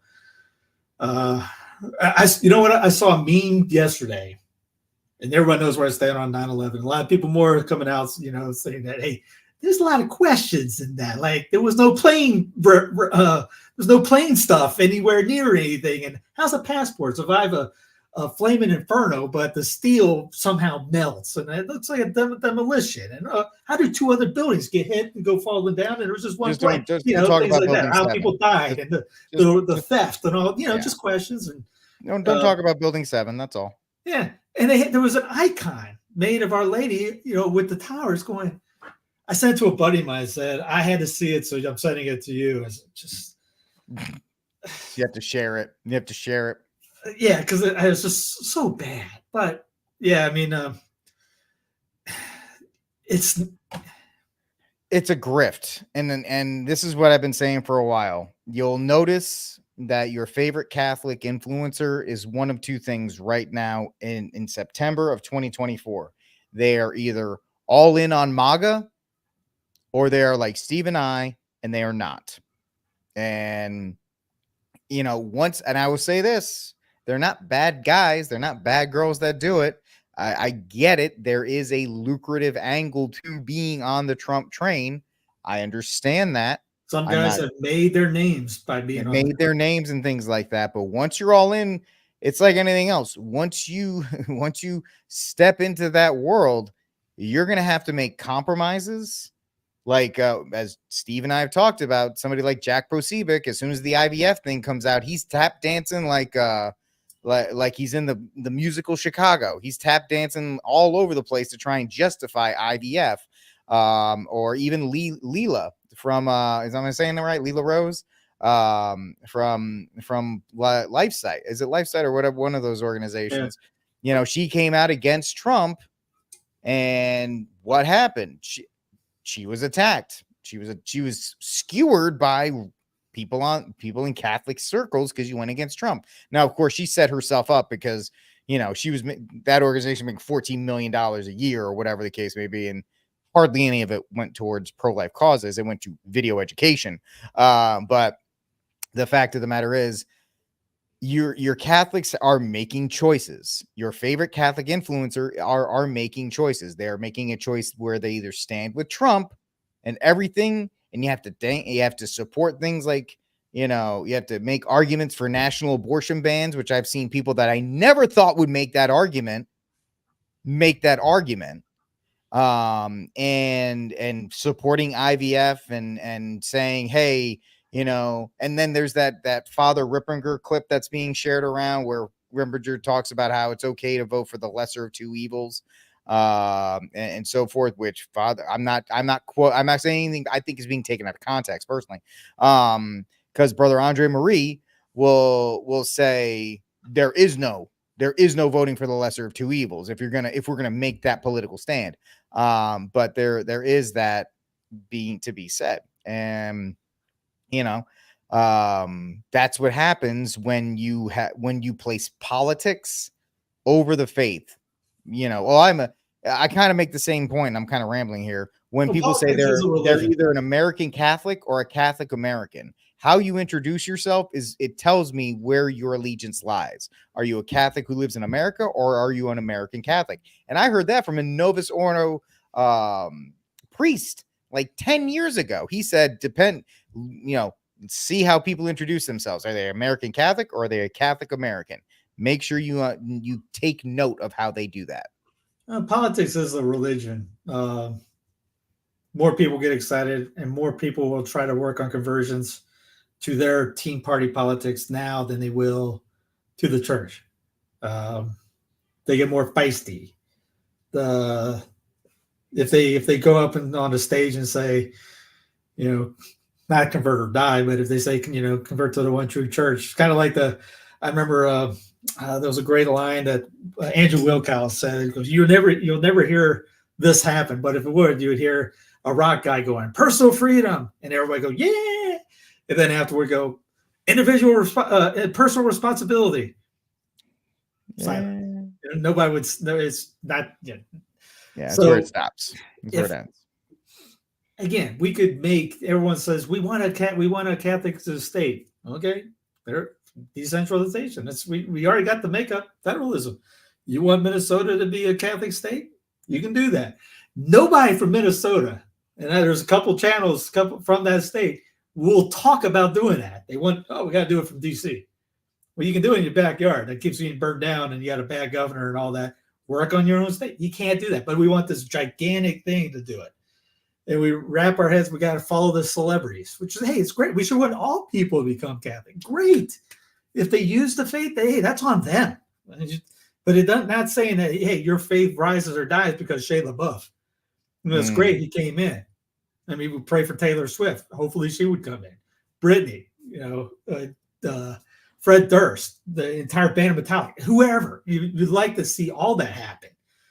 Rage Against the Machine to start raging for, stop raging for the machine and come in, or whoever, Elton John, name the person. There's Catholics in the NFL. Hopefully, you'd like to see more do that. Owners. That line from John Hughes, we want to see everybody, U.S. President, Senate, Congress, military, all that become Catholic. We don't actually work for that. We get jacked about, Miss Owens. We get jacked about being included in the conversation instead of being the conversation. Yeah. Now, we're Catholics for Trump. We're one of his groups. There's Catholics for Trump and gays for Trump and these for Trump. We're one of them. We're part of the conversation. Yay, we're at the table instead of setting the agenda. Yeah, I mean, Owens got converted. Great, fantastic. Why do we have to get her on all our shows? Let's just, sometimes it's kind of like, let's, play it out a little bit, help her learn, send some free bucks, things like that. You don't have to start getting the clicks. You don't have to invite, have her speak and things like that, which, again, she was invited at the Catholic Identity Conference. I also call that the Water is Wet Conference, because not really any Catholic conference is going to be worth anything. It's kind of like, hey, it sucks out there. Yeah, we already knew that. Why did I pay $1,000 to come here for? I don't know. Just to tell everyone how great you are. So I don't go to those things. But it's one of those, hey, can we let it ride out of it? Send them more info, get them going, pray for them more, pray for all of us more.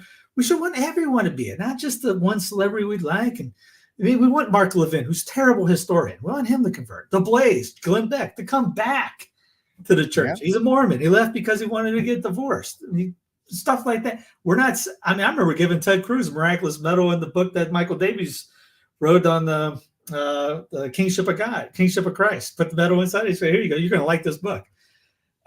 Things like that. You do that to your governor, your state representative, your local mayor, all that jazz. But we only focus on DJT. Supposedly he's the only one, which he did a good post on Our Lady of Guadalupe during Our Lady's birthday, and everyone lost their mind. Saw Michael Steele going, oh, well, it's not really the birthday.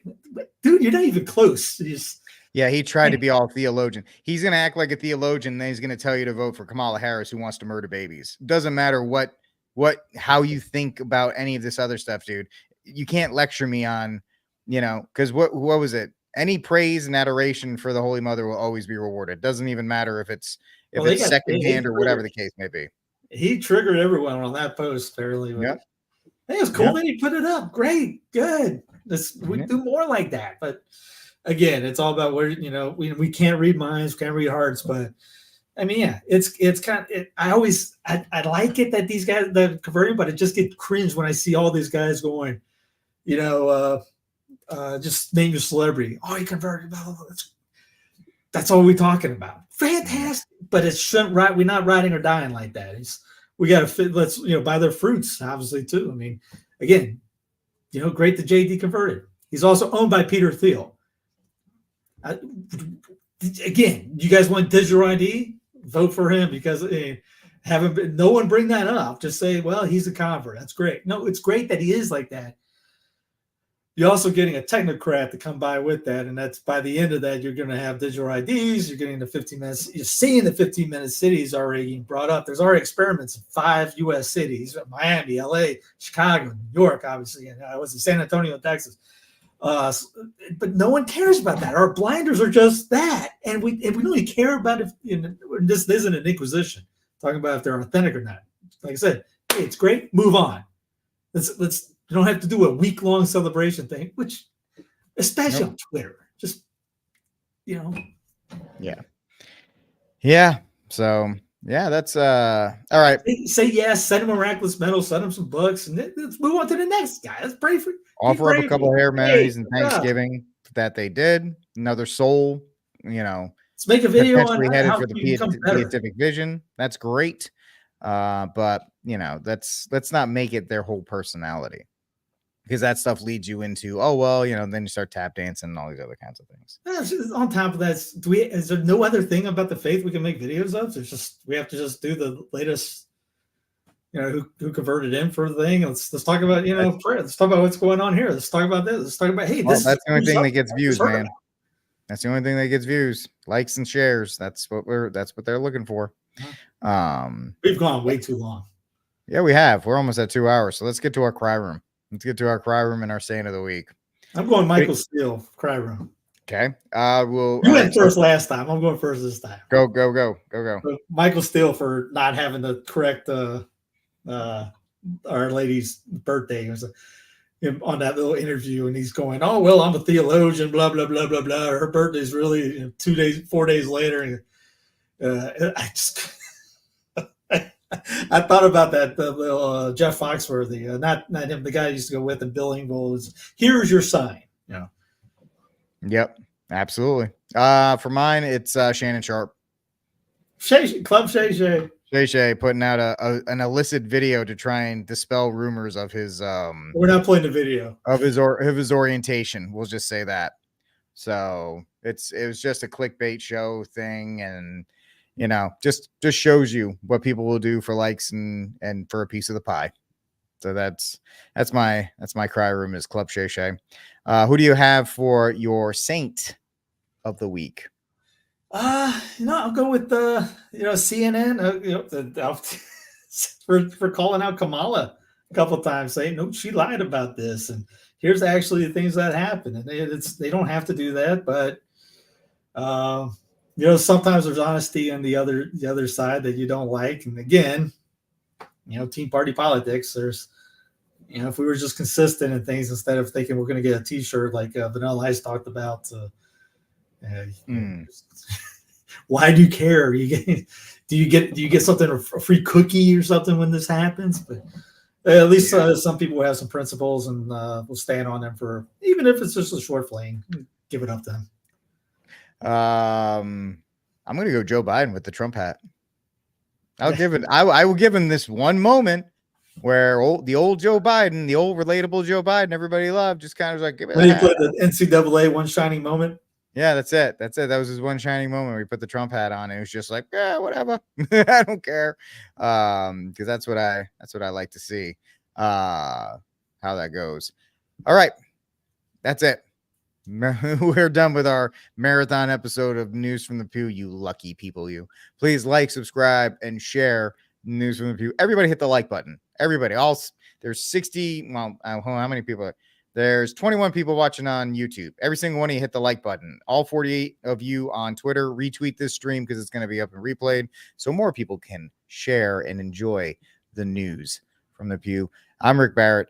You can find me at thearmedcatholic.com. First-class firearm training with the foundation of Catholic tradition because the two are compatible. Check out you can pre-order my book, The Armed Catholic. You can find it at Barnes & Noble or at Amazon or any of these other places to pre-order audio or the actual ebook. You can order pretty much anywhere. If you want a paper copy, you can pre-order it at Amazon or at Barnes & Noble. It's a quick shill for myself.